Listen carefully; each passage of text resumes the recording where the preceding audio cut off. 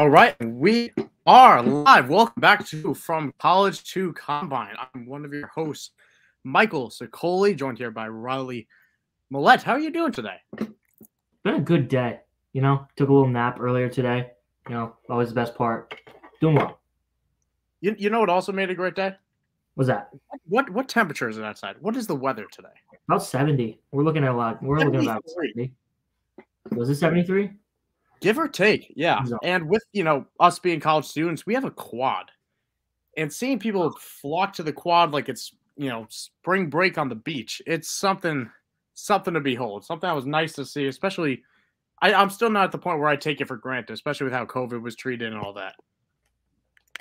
Agreed. Yeah, COVID really wrecked that, but we're back in full swing, baby. Give me 100 degrees. I don't even care.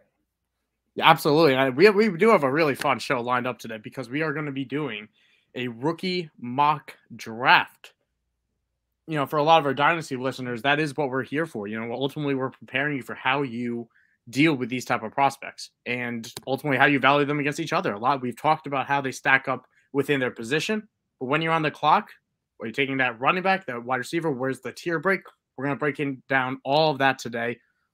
Before I get into it, I'll announce that you can follow me on Twitter at Michael__Sicoli. You follow Riley here at Riley_Millette.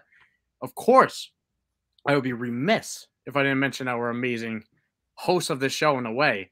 For frequency's sake, at FFSQC, where I started, where this podcast started ultimately, and of course the people who are responsible for everything going on right now, our IDP guys, so to speak. Follow IDP guys on Twitter. You can check out their website with some amazing written content at idpguys.org. And if you want to subscribe, the early bird pricing is still available. The Discord channel is a fun time. Have every single one of your questions answered live, immediate, whatever you need. We are there for you. And you got 100 like-minded people, meet some friends, join a league. Couldn't recommend it enough. But without further ado, let's to our first segment, Riley. We want to kick us off with, I think there's a very important thing we addressed at the top of the show. Yeah, and within the last week, Dwayne Haskins, quarterback for the Pittsburgh Steelers, has passed away in a car accident, which it's always so shocking whenever that happens to someone so young. He was 24 or 25, either one, but yeah, 24.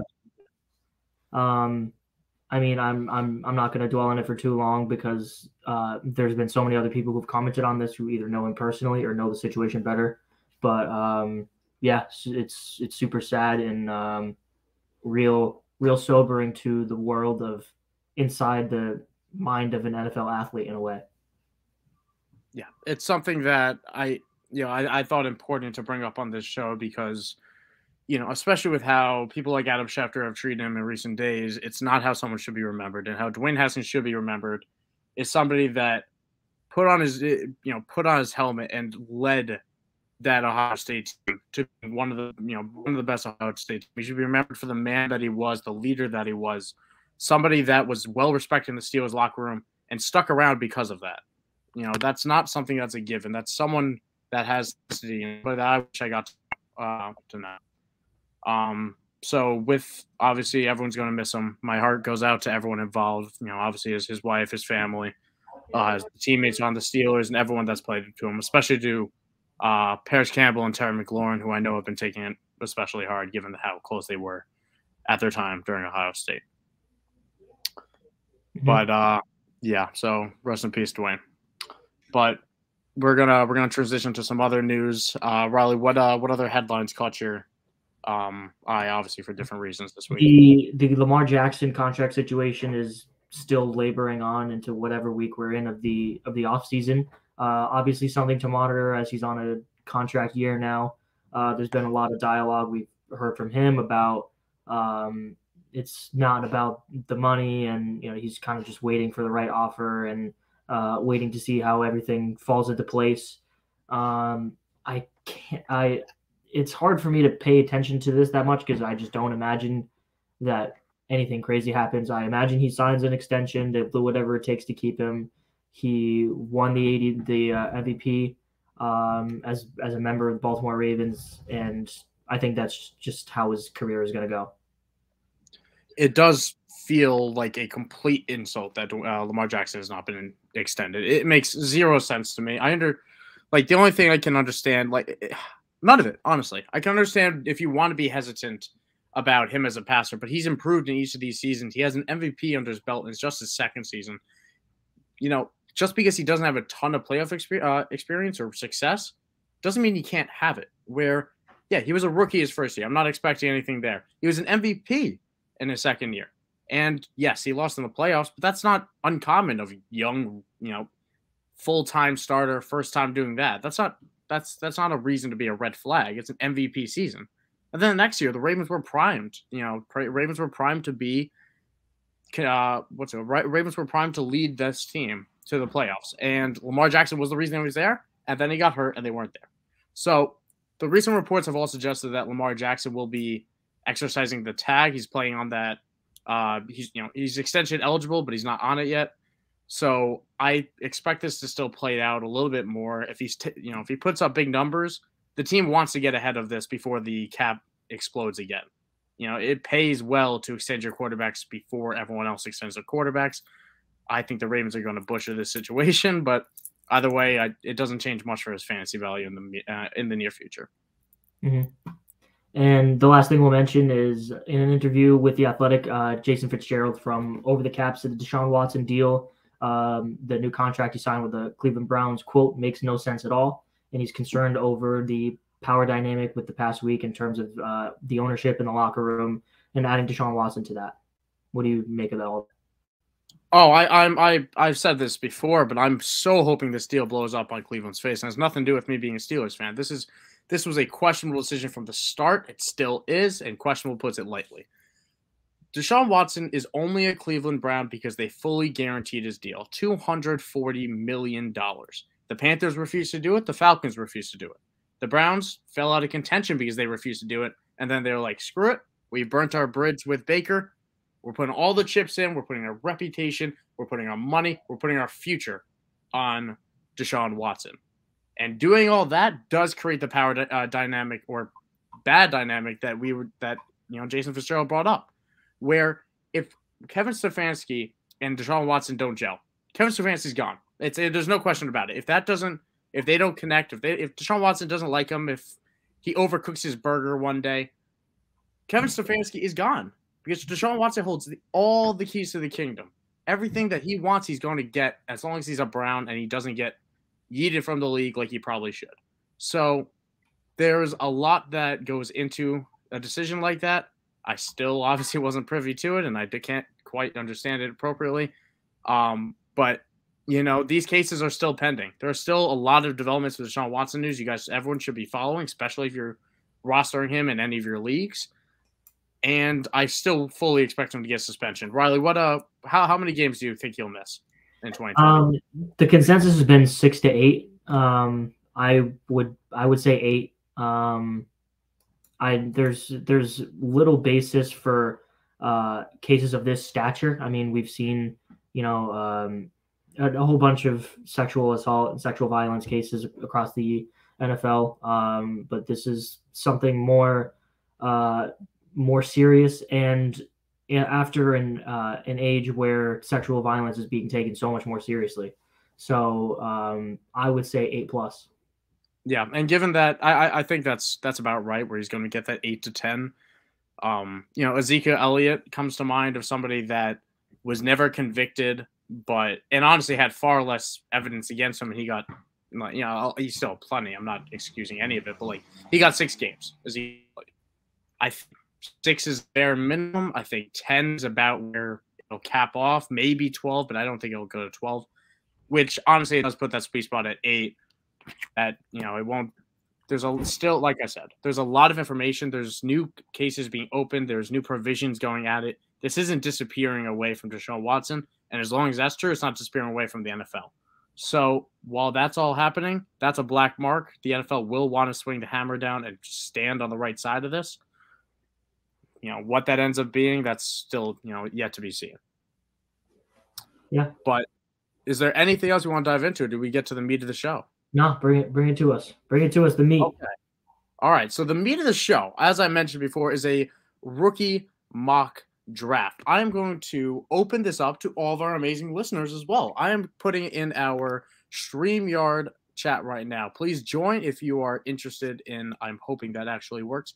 It should be on our YouTube comments. It should be everywhere with a live chat. Everyone is welcome to join so we can have a collective draft. And in the meantime, we can give a couple minutes for that. Riley, what type of strategy do you take into a rookie draft? What are you looking for?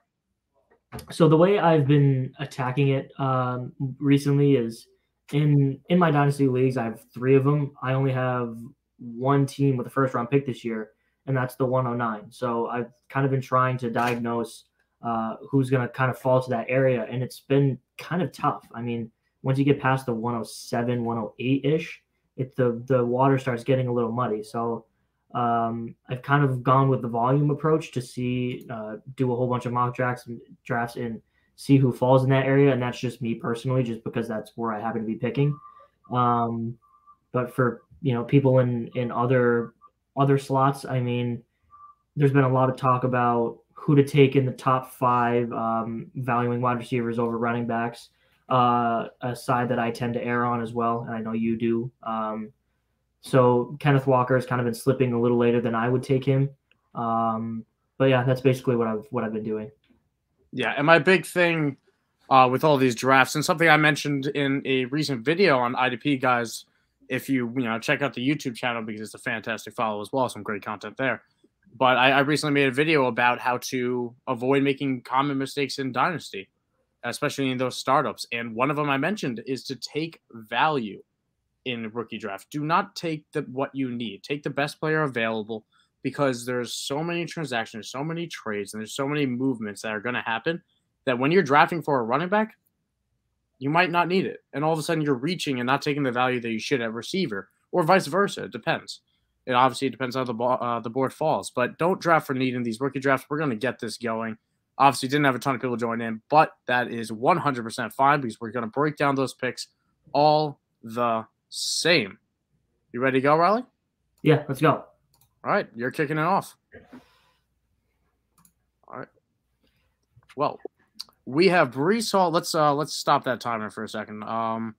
But we have Breece Hall going 101, Treylon Burks number 2, Garrett Wilson number 3. Any of that surprise you? I mean, we've gone through our rankings and we both have Garrett Wilson higher than Treylon Burks. I would take him 102 in a mock draft. Whoa. What's that? Did you just say I have Garrett Wilson ahead of Treylon Burks? Because, my friend, you got to recheck your rankings. Oh my goodness, I forgot you're one of those people. You're one of those people. Yes, I'm one of those good people who thinks Treylon Burks is by far, in a way, the wide receiver 1 of this class. But I have no quarrels with either of them. I like them both. I like Treylon Burks more because of his size. But ultimately, this doesn't surprise me either. Now, yep, not shocked. Yeah, and honestly, this is a tier break, which is partly why, if you don't mind unpausing it, because I can't make a pick, but it's a tough spot, because I do view that as a tier break, where I like Breece Hall a lot, I like Treylon Burks a lot, I like Garrett Wilson. I'm not as high on Drake London. I've been on the record with that. I am. I'm low, and I'm not going to take him here. I'm also not as high on Isaiah Spiller. I don't quite love James Williams enough to take him here. If I am the 104, I am exploring a trade, because the value of the 104 is a lot higher than I perceive it to be. But with all that said, I'm going to take someone who I do view as the best rusher in the class. I have some real worries about his ability to catch the ball, which is why I have him as my RB2 and not RB1. But he is fun to watch. He is a talented player, someone who dominated for Michigan State. I will take Kenneth Walker. Yeah, that's what I would have done in the same situation. There's the Twitter discourse lately has been, are you going to take Kenneth Walker or Drake London? And I've seen some people leaning very strongly in the Drake London area. And I like Drake London a little bit more than you, but I'll still take Kenneth Walker for the same reasons. I think Kenneth Walker is an insanely good rusher. He's still my RB1 in this class, and I'm really not afraid of that. I think he's just not so much more, but I think he's more explosive than Breece Hall, and he brings an element that of electricity that Breece Hall doesn't. So I would have taken Kenneth Walker over Drake London. Drake London goes 5th. I've kind of been growing more to like him every single day. With every comment I disparage him, you like him a little bit more. That's kind of it's true. I mean, with his the size and the speed is something that no one else in this class really has. Treylon Burks. Treylon Burks is not as fast as Drake London, but that's okay. Faster. All right, we're gonna move on. We're gonna move on after that. There's Spiller at 106. I wouldn't take him over Jameson Williams or Chris Olave. I'm not super high on him either. He doesn't pop off tape. He tested fine, but just not super high on him. I would have taken Olave at 6, and I know you would have done the same, right? Yes, I would have. Yep. And Jameson Williams, number 7, who another guy I'm growing to like a little bit more. I've been following Nate Tice on Twitter, who's just such a great follow. He's a big Twitter film guy, and he's been diving into Jameson Williams lately and pulling out a lot of the really subtle parts of his route running, which is really cool to see. Someone who has such great over the top ability and running really intricate routes with such fine details. So I like both those picks, and this is my problem now, is because I view this as a significant tier break. This is a huge tier break here. It's very interesting. We didn't plan it, but we've positioned ourselves at 2 different tier breaks in the first round, haven't we? Mm-hmm. Yeah, I mean, this is where I'm so divided. Like, I've been trying. I will try to do everything I can to trade up into at least the first 8 picks. I would like to get in the top 6 in the league that I have this pick, but it feels like a guy that I'm really high on, Chris Olave, who's kind of vaulted from. He used to be drafted like in the top of the 2nd. Now he's going in the mid-late 1st. A guy I would have totally loved to take with this pick a few weeks ago. And with his great performance at the Combine, he's getting drafted a lot higher. I think I'm just going to take who I've been taking lately, a wide receiver that we haven't seen a whole lot on tape because he's been dealing with injuries. But of all the players here left on the board, I think he's just the most talented, and that's George Pickens. We watched plenty of tape on George Pickens. We like George Pickens here. No, we do like George Pickens. It's tough. Do. It's tough to put stock in a guy like that who just hasn't played recently. You can't say a lot of things about him that you can say about Olave and Williams just because they were so productive either 2 years ago or this year. Yeah, fair enough. And after George Pickens went, we have Malik Willis going 110. Seems a little bit high, but I could see it happening if he goes to the right spot, gets that early draft round investment for the rushing upside. Right after that, Kyron Williams, which it would take a real reach for me to see him in the first round, but I think maybe ADP still a little bit adjusting there. David Bell goes in at 112. Jahan Dotson at 201. Trey McBride at 202. Rachaad White 203, and that is a little bit upsetting because I was kind of hoping Rachaad White got to me. Jahan Dotson was the other guy I was considering at the 9th. It was between Pickens and Dotson.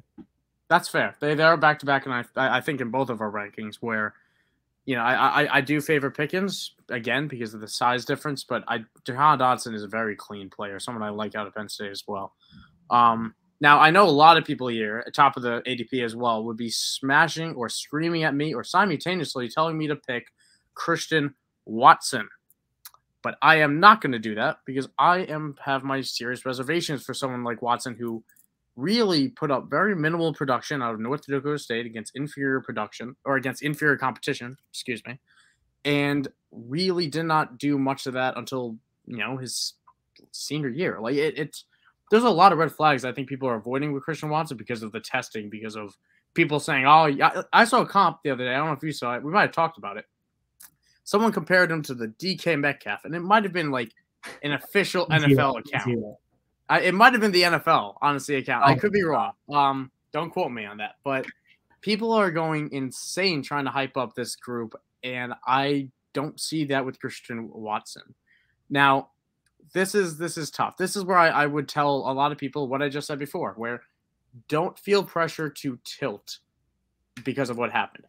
My best player available, I think you know who it is. It would be Zamir White out of Georgia, and I'm going to make that pick. It's someone that I've liked a lot in the process, somebody that I do think will get day 2 capital, which is very important for a running back. And I'm not going to tilt because I took Kenneth Walker in the first round. I will take the player I view as, the best possible player. I was seriously considering somebody who is still on the board, but I'll let you share who is just went in the last 4 selections. All right, so Kenny Pickett went 205, a guy that you like to slander a lot. I'm not super high on him, but I know that you're a Pickett hater. Justin Ross went 206. I just realized this says a super. It's not drafting a super flex ADP at least. No. But I don't know. Sorry, go on. Justin Ross at 206. He's been a climber lately. James Cook at 207, who I think that's decent value for him there. Actually, I would take him a little earlier in the second round.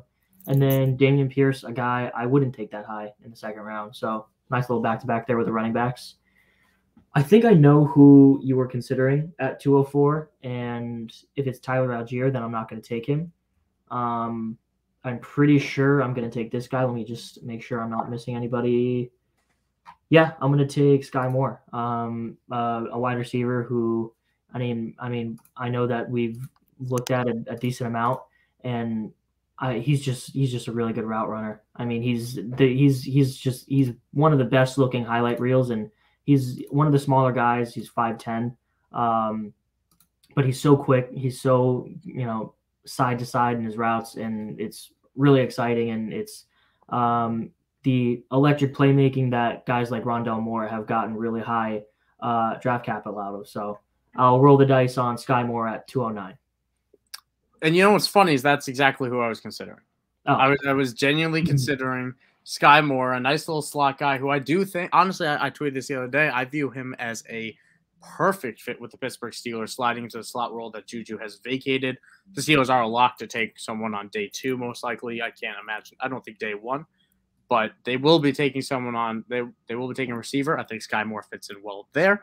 Very crisp route runner, a little bit undersized, which is my only concern, why we're seeing him at 209 rather than anything earlier. But I think that's a very good pick. Christian Watson went right after at 210. Matt Corral, 211. Weidemeyer, the tight end, at 212. Way too early, but that's all right. Sam Howell at 301. Brian Robinson at 302. And Isaiah Likely at 303. Now, Brian Robinson, I'll bring this up real quick, is the one guy of everyone we've seen that I think I have a feeling like he's going to get day 2 capital, Riley. I really do. I don't know if he'll get a good spot, but I think I again, there's another thing I've been talking into reality is the Titans taking him in the 3rd round. It feels like such a meant to be selection. A team that needs another runner. They don't have a backup really, and that's where Brian Robinson can slide in there. I think in my opinion, he's a steal for the upside he has in the 3rd round, given the talent he has as a rusher.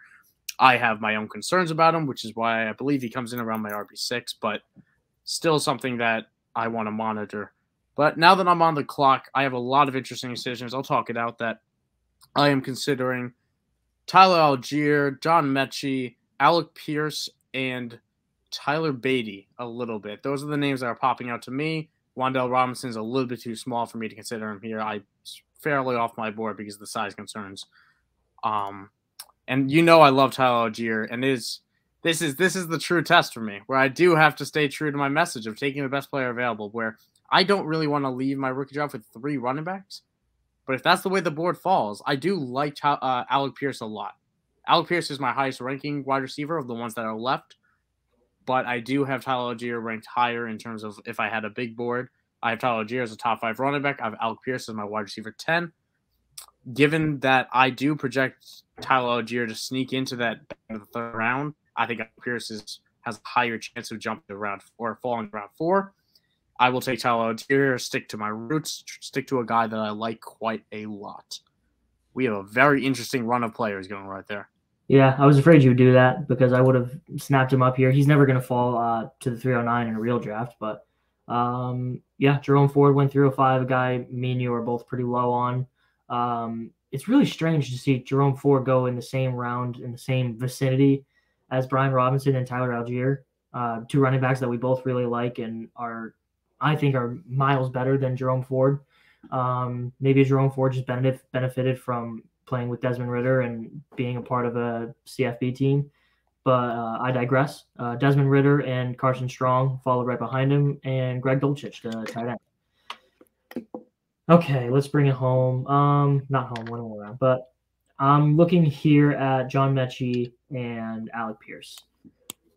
You know what pick I'm willing. What'd you say? You know what pick I'm mind willing you to do. Yes, he wants me to take Alec Pierce. Alec Pierce is a good player. I think he's a nice little sleeper, but I am going to take the Bama product. I'm going to take John Mechie, who I know that you've been really hands off as of late.